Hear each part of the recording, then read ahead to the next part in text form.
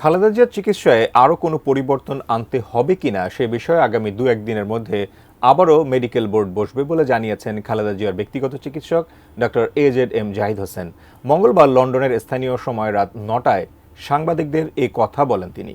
বিভিন্ন বিষয়ের মেডিকেল বিশেষজ্ঞ চিকিৎসক এবং জন হপকিন্স এবং নিউ ইয়র্ক বাংলাদেশ সহ তার চিকিৎসকরা মেডিকেল বোর্ডে অংশগ্রহণ করেছে।